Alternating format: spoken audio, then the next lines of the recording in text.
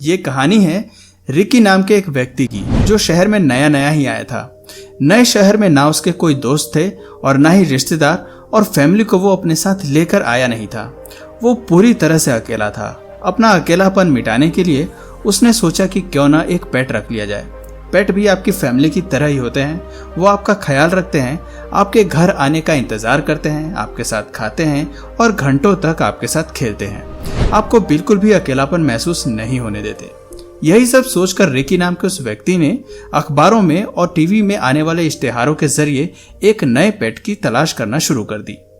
पेट में उसकी प्रेफरेंस पर सबसे ऊपर था डॉग, बल्कि ये कह सकते हैं कि उसे एक डॉग ही चाहिए था।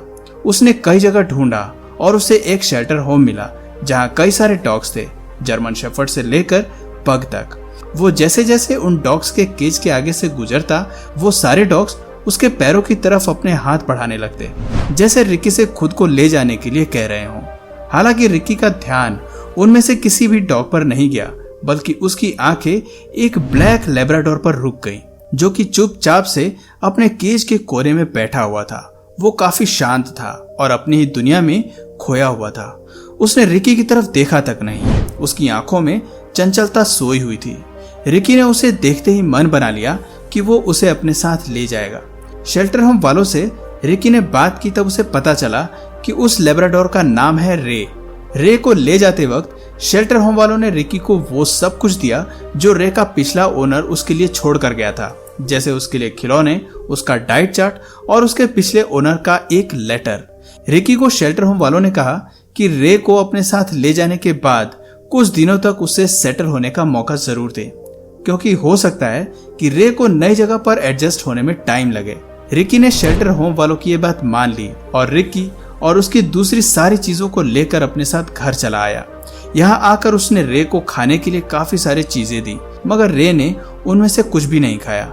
रे ने पहले दिन रिकी की ओर बिल्कुल भी ध्यान नहीं दिया। रिकी को लगा शायद यह माइग्रेशन के कारण हो रहा है। हालांकि ऐसा होते हुए लगातार 2 हफ्ते बीत गए।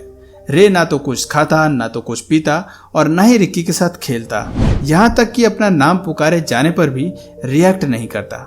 रिकी शहर में नया आया था और अपने लिए कोई दोस्त ढूंढ रहा था, लेकिन रे के इस बिहेवियर के कारण वो स्ट्रेस्ड हो गया और उसने लगातार 2 हफ्तों तक पेशेंस रखने के बाद यह ठान लिया कि अब वो रे को वापस कर देगा, क्योंकि इससे ज्यादा टाइम उसे दिया नहीं जा सकता।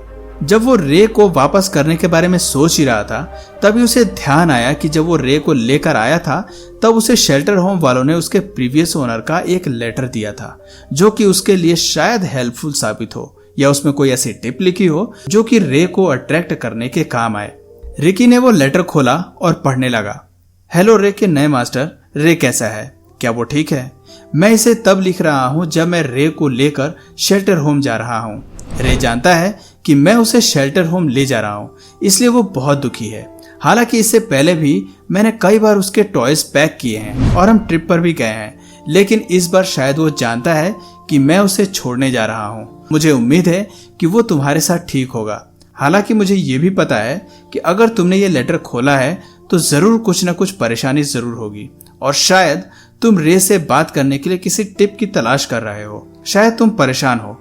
सच बताऊं तो इस परेशानी की वजह मैं हूं, क्योंकि मैंने तुम्हें या शेल्टर होम वालों को रे का असली नाम तक नहीं बताया। हाँ, मेरे डॉग का असली नाम रे नहीं है, ना ही वो मेरा डॉग है, बल्कि वो तो मेरी पूरी फैमिली है। मेरे पेरेंट्स बचपन में ही गुजर गए थे। ना मेरे कोई सिबलिंग्स थे और ना ही मेरा कोई रिश्तेदार। मेरा डॉग ही मेरी पूरी फैमिली है। उसका असली नाम मैंने शेल्टर होम वालों को नहीं बताया, क्योंकि मैं चाहता था कि ये हम दोनों के बीच ही रहे। उसका असली नाम टैंक है, क्योंकि मैं एक टैंक ड्राइवर हूँ। हालांकि मुझे उसे छोड़ना पड़ा, क्योंकि अब मैं एक वॉर पर जा रहा हूँ। अगर तुम ये लेटर पढ़ रहे हो तो मैं शायद अब शहीद हो चुका हूँ। ऐसा इसलिए क्योंकि वॉर पर जाने से पहले मैंने अपने कमांडर को कहा था कि अगर मुझे कुछ भी होता है तो वो शेल्टर होम वालों को रे को किसी और को देने के लिए कह दें। कमांडर ने वही किया, और अब रे यानी कि मेरा टैंक तुम्हारे साथ है। उसका ध्यान रखना। उसे टेनिस बॉल बहुत पसंद है। हालांकि वो मुंह में 2 से ज्यादा टेनिस बॉल नहीं रख पाता। हमने साथ में बहुत कोशिश की, लेकिन हम फिर भी नहीं कर पाए। टैंक को मेरी कमी महसूस मत होने देना। Good bye. रिकी ने लेटर पढ़ा और अपने आंसुओं को रोक नहीं पाया। वो डॉग के नजदीक आया और उसके कानों में हल्के से कहा, टैंक। इतना कहना ही था कि टैंक दोनों पैरों पर खड़ा हो गया और रिकी की तरफ देखने लगा। रिकी ने दोबारा कहा, टैंक, और टैंक रिकी की पैरों से लिपट गया।